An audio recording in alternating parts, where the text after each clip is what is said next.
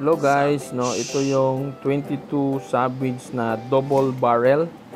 So ito guys ay 14 gauge and 22 Magnum MRF. So ito ay single action guys, pero dalawa ang barrel niya. So ang kagandahan nito guys, no, mura lang siya. And then tingnan mo ang barrel niya guys. Oh. Yung ilalim 14 gauge at saka yung sa taas naman ay 22 Magnum. And then ito guys, pakita ko sa inyo guys. Ito yung bat niya. Ito yung hammer niya guys, no. Yan. Ito hammer niya guys. Yan, ito yung gilid niya. Synthetic ito pala guys, no. And then ito yung safety niya guys. Yan, kung makita yung button na yan. Ito guys, nilagyan ko lang siya ng stand, no. Bipod yata ang tawag niyan guys. O bipod. And then yan guys, no, yan. Ganyan lang siya guys, kumbaga siya guys, open bolt. Oh. So dalawa yan guys, no. Dalawa yung barrel, no. Yan guys, kung makita nyo. Medyo blurred siya guys, no. Yan, pakita ko sa inyo guys, no. Yan, oh, yan guys. Dito tayo sa may liwanag banda. Yan guys, no.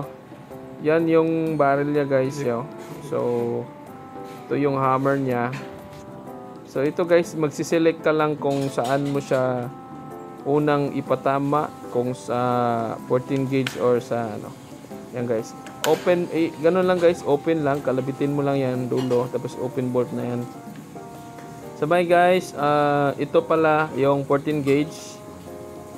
Ito naman yung Magnum 22. So ganyan guys. So i-try natin to safety yan guys. Safety niya guys. Yan, kabilaan. Okay, may safety. Tapos guys, no, ito naman yung likod niya. Yan, yan yung parang kalabitin mo lang para mag-open bolt siya. Yan, no. Open bolt siya. Kumbaga, yun yung lock niya guys.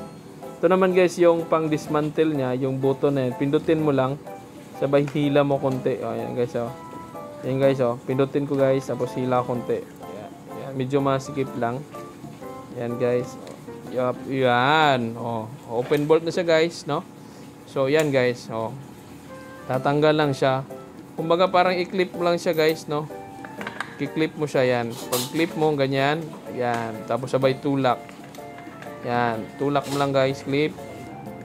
Tapos tulak mo lang, yan. Ayusin ko lang. Yan, tulak mo. Yan guys, clip na yun guys. So lock na yun siya. Yan guys, naka-lock na. Poging-pogi rin guys, no. Yan, ito guys, goma yung sa likod niya, yung bat niya. Pinakalikod. Yan, maganda rin siya guys, tripod, no, may bipod. Yan, so yan, astig yan guys. Gandang klase rin itong 22 na to. Ayan, no.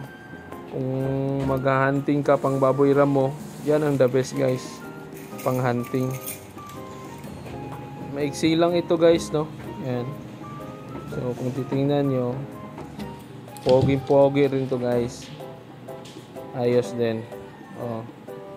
Guwapo yan guys. Oh. Guwapo yan, oh.